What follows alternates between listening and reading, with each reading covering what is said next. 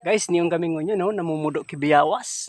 Magayo ron sa biyawas. O ilinga daw. Ang tanda ko kaan, makaon yan. O sa kamalis tuhulon sana. Naglakaw-lakaw la. Anap-anap lamang kami ki magugulay. Ta isus na pagalon kung magparaasa sana sa tindahan. Mahalon baga mga bakalon. Kay puhan na maging praktikal kita sa kwarta ta.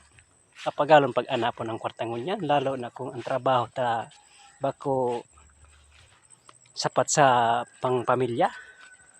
Ngunyan, hanap-hanap muna kita dagdag magugulay. Pati nyog. Na pwedeng kasabay. Sabay-sabay nanduman.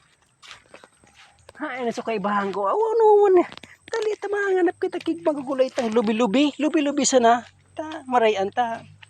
Masustansya baga daa sabi kang iba. Pero ako, wala akong pinipili dyan. Basta ano suigwa lang. Okay lang sa kuya. Ano na, si G? Ang sa kuyang partner sa buhay. Partner sa paglakaw. Partner sa palakwatsa. Ayan.